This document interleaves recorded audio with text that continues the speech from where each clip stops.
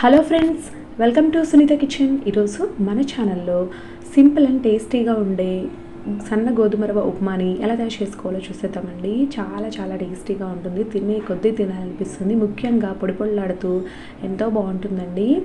ఇది వచ్చేసి రాయలసీమ సైడ్ బాగా దొరుకుతుందన్నమాట, సన్న గోధుమ రవ్వ. దీన్ని సత్యనారాయణ స్వామి వ్రతాల్లో కూడా వాడుతూ ఉంటారని చాలామందికి తెలిసి ఉంటుంది.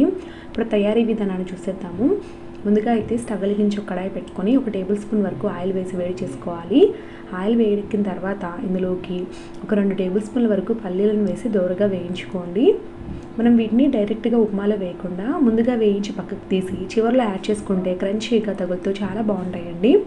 పల్లీలు వేగిన తర్వాత 2 టేబుల్ స్పూన్ల జీడిపప్పు పలుకులను కూడా వేసేసుకొని దోరగా వేయించుకోండి.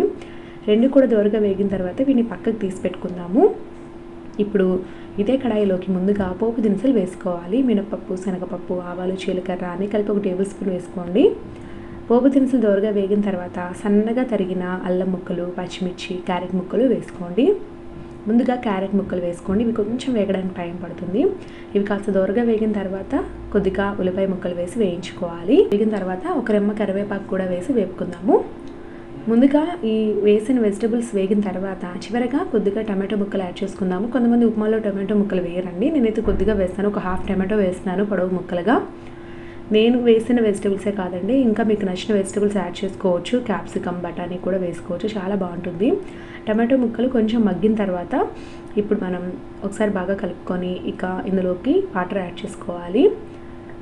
1 కప్పు గోధుమ రవ్వ తీసుకుంటే 1.5 కప్పు నీళ్ళు తీసుకోవాలండి. నేనైతే ఇక్కడ 3 గ్లాసుల నీళ్ళు పోస్తున్నాను. అంటే ఉప్మా రవ్వ వచ్చేసి 1.5 గ్లాస్ తీసుకుంటాను అనమాట. నేను గ్లాసులతో కొలుస్తున్నాను. ఒకవేళ మీకు ఇలా అర్థం కాకపోతే మామూలుగా చెప్తున్నాను చూడండి. 1 కప్పు ఉప్మా రవ్వ తీసుకుంటే నీళ్ళు 1.5 కప్పు తీసుకోవాలండి. సో ఆ కొలత అనమాట.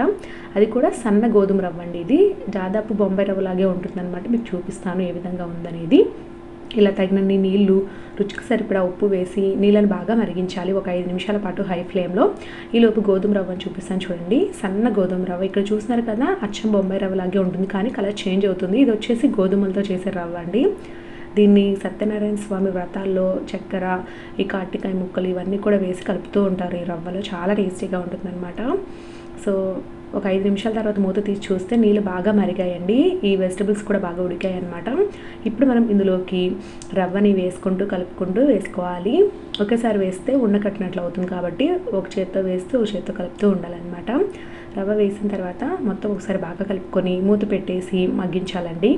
ఒక 5 to 8 మినిట్స్లో ఈ రవ్వ అనేది బాగా ఉడికిపోతుంది అనమాట. సన్నగా ఉంటుంది కాబట్టి చాలా ఫాస్ట్గా ఉడికిపోతుంది. మధ్యలో ఒక్కసారి మూత తీసి మరొకసారి ఇలా కలుపుకోండి. చూడండి చాలా వరకు అయిపోయింది. ఇంకొక 3-4 నిమిషాలు మగ్గితే సరిపోతుంది. సో టోటల్గా రవ్వ వేసిన తర్వాత 8 to 10 మినిట్స్లో ఈ ఉప్మా అనేది రెడీ అయిపోతుంది. ఒక 10 మినిట్స్ తర్వాత తీస్తే పొడి పొడిలాడుతూ ఉప్మా రెడీ అయిపోయింది. ఇక వెంటనే స్టవ్ ఆఫ్ చేసేసుకొని ముందుగా వేయించుకున్న పల్లీలు, జీడిపప్పు పలుకులు, కొద్దిగా తరిగిన కొత్తిమీరని వేసుకొని బాగా కలుపుకొని వేడి వేడిగా సర్వ్ చేసేసుకోండి. చాలా బాగుంటుంది. ముఖ్యంగా దీంట్లోకి చట్నీల కంటే కూడా పుట్నాలు, అలాగే కొబ్బరి, ఉప్పు, కారం, వెల్లుల్లిపాయలు వేసి చేసుకునే పొడి అయితే చాలా బాగుంటుందండి. తెలియని వాళ్ళైతే ఒకసారి ట్రై చేయండి. అంటే పుట్నాల కారంతో తింటే చాలా టేస్టీగా ఉంటుందన్నమాట. నేను కూడా అదే చేశాను. ఒకవేళ ఇది రాకపోతే ఏవైనా కొబ్బరి చట్నీ, పల్లి చట్నీతో కూడా తినేసేయచ్చు అనమాట. సో చాలా చాలా టేస్టీగా ఉంటుంది. ఒకసారి అయితే ట్రై చేయండి.